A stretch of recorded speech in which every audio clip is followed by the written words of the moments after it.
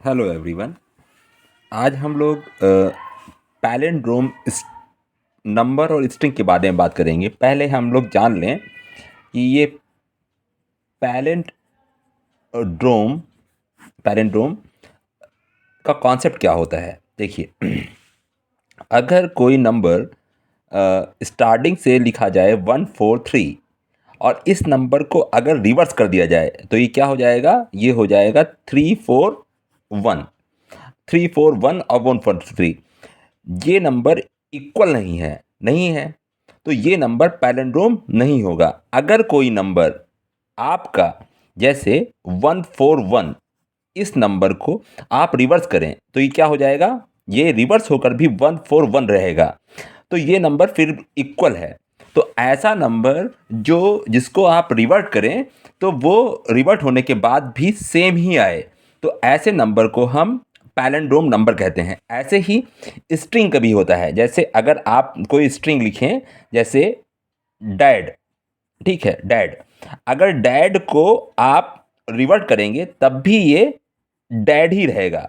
तो ऐसी स्ट्रिंग को भी हम पैलिंड्रोम स्ट्रिंग कहते हैं। तो आज हम दोनों प्रोग्राम डिस्कस करेंगे। देखिए, पहले हम लोग पैलिंड्रोम नंबर के बारे में बात करते हैं। देखिए, पैलिंड्रोम नंबर निकालने के लिए क्या करते हैं, पहले आपको एक वेरिएबल लेना है n। n का वेरिएबल का मतलब क्या है? इस वेरिएबल से आप वैल्यू स्कैन करेंगे जिस नंबर को आपको पता करना है कि इस नंबर ये पैलिंड्रोम है या नहीं। तो ऐसा हमने किया। इसके लिए हमने क्या किया, पहले हमने printf inter any number scanf percentage D and n, तो इसलिए हमने n बनाया था। अब देखिए, इस n को हम रिवर्स करेंगे और रिवर्स करने में हमारा जो प्रोग्राम है उस प्रोग्राम में ये वैल्यू 0 हो जाएगी। ठीक है, अभी पता चलेगा आगे। इसलिए इस नंबर को हम पहले से एक और वेरिएबल में m में स्टोर कर रखेंगे ताकि इसी वैल्यू से हम जो रिवर्ट होकर नंबर आए उसको और इस नंबर m को चेक कर पाएँ। अगर ये नहीं करेंगे तो n तो 0 हो जाएगा, तो जो शुरुआत का हमारा नंबर n मिला है यूजर से उसको हम कहीं पे स्टोर नहीं कर पाएंगे। इसलिए इसको हमने पहले m में स्टोर कर रखा है ताकि जो वैल्यू आई है, जैसे अगर इसमें आई है 151 तो ये n में है, तो n की वैल्यू ही m में चली जाए तो m में भी क्या हो जाएगा? 151, यानी कि दोनों नंबर की एक जगह हो जाएगा। अब इसे करते कैसे हैं, देखिए रिवर्ट कैसे करते हैं। डू, अब आपने क्या किया, पहले आपने इसके नंबर की लास्ट डिजिट को निकाला, जैसा हम लोगों ने आर्मस्ट्रॉन्ग नंबर्स और रिवर्स डिजिट में किया हुआ है। इस नंबर को हमने लास्ट रिवर्स निकाला, तो इसको निकालने के लिए क्या करना पड़ेगा, n को अगर आप 10 से मॉडुलस कर दें तो आपके पास रिमेनिंग लास्ट डिजिट जो होगी वो k में आ जाएगी। कोई भी नंबर जैसे 151 को अगर आप 10 से मॉडुलस करें तो इसका रिमाइंडर कितना आएगा? 1, यानी कि लास्ट डिजिट आ जाएगी वो k में आ जाएगी। फिर आपने r इंटू 10 किया, इसीलिए हमने r बना रखा है। ठीक है, तो r इंटू 10, r में कितना है? 0, 0 को 10 से मल्टीप्लाई करेंगे कितना हो जाएगा? 0, और k में कितना आया है? 1, तो 0 प्लस 1 r में कितना हो गया? 1।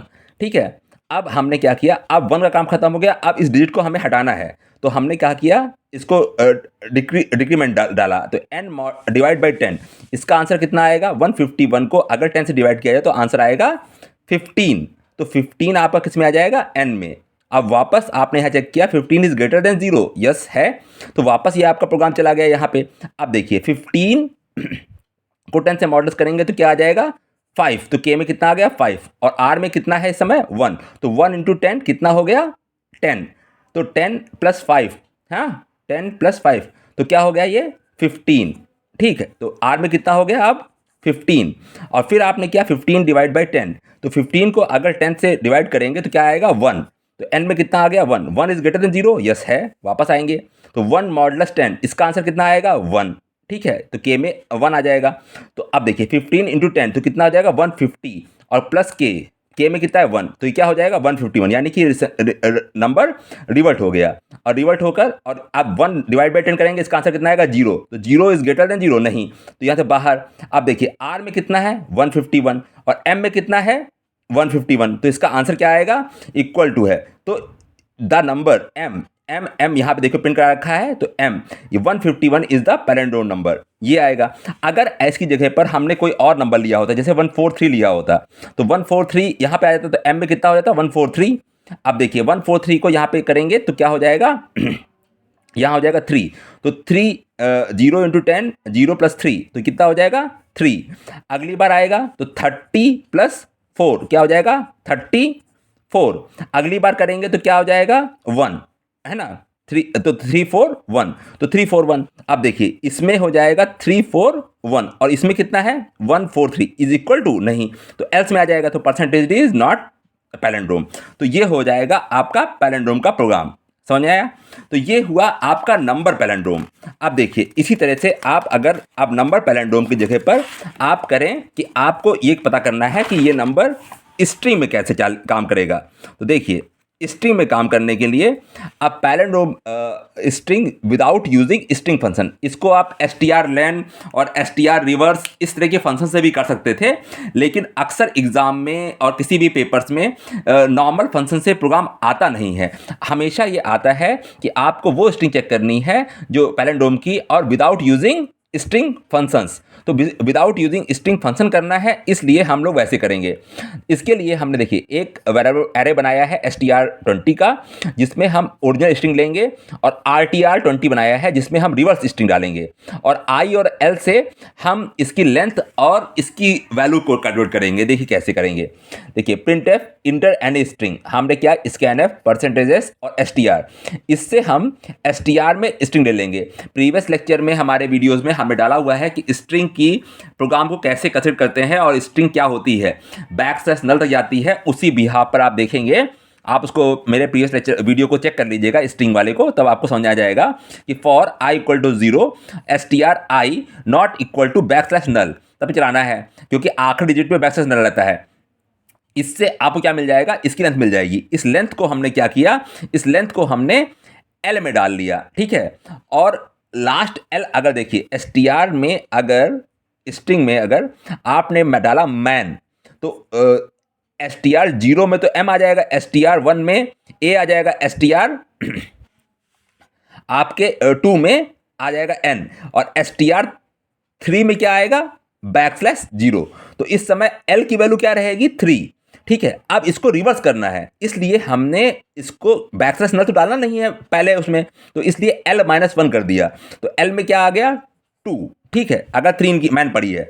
अब देखिए फिर से हम वही लूप चलाएंगे सेम लेंथ वाला, लेकिन इस बार क्यों कर रहे हैं ऐसा, क्योंकि str में कितना है 2 और str i में कितना है 0, फिर से i 0 कर दिया ना हमने, तो str0, तो यानी कि str0 की m जो m है वो किस में चला गया rtr के 2 में, तो इसमें कितना हो गया m, ठीक है, हो गया।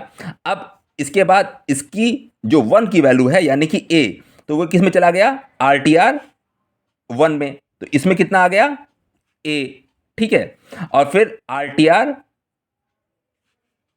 ये कैसे हो रहा है, देखिए इसके लिए यहां पर आपको l- भी करना था, ये मिस अभी कर दिया था मैंने कि यहाँ पे l को रहेगा, l को l-1 करते रहेंगे, ठीक है। और l यहाँ 0 में आपको आ गया n, तो ये नंबर बन गया। अगर rtr को प्रिंट कराएं तो ये हो जाएगा NAM, यानी कि रिवर्ट हो गया ना, ये आपको आ गया rtr, क्योंकि rtr0 में n आ गया, rtr1 में ये आ गया, और इसको अगर प्रिंट कराएंगे तो rtr NAM प्रिंट करेगा, ठीक है।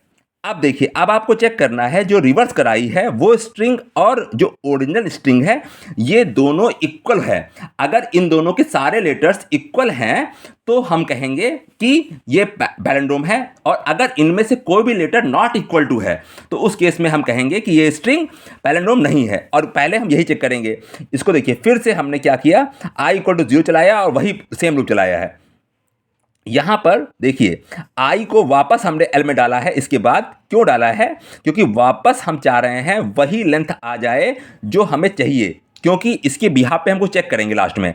देखिए अब देखिए i बराबर 0, str i चलाया।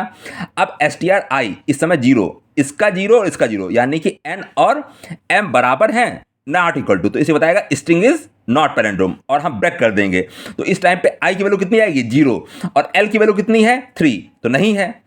लेकिन अगर ये होता मैम तो स्ट्रिंग रिवर्स होकर क्या बनी होती मैम, अगर ऐसा बना होता उस केस में ये इसका 0 और इसका 0 बराबर है, इसका a बराबर है, इसका m बराबर है, यानी कि पूरी स्ट्रिंग मैम में बराबर है। तो जब ये लूप बाहर होगा उस टाइम पे जो i की वैल्यू रहेगी वो रहेगी 3, और l की वैल्यू हमने यहां डाली रखी है पहले से 3, तो 3 इक्वल टू 3, यानी कि स्ट्रिंग इज पैलिंड्रोम। ये हमारा कॉन्सेप्ट है। ओके, चलिए, आप लोग अगर कोई कंफ्यूजन है तो आप हमें मुझे मैसेज करिएगा, और आगे के वीडियो में हम और अच्छे एक्सप्लेनेशन के साथ इसको आपको बताएंगे। Thank you.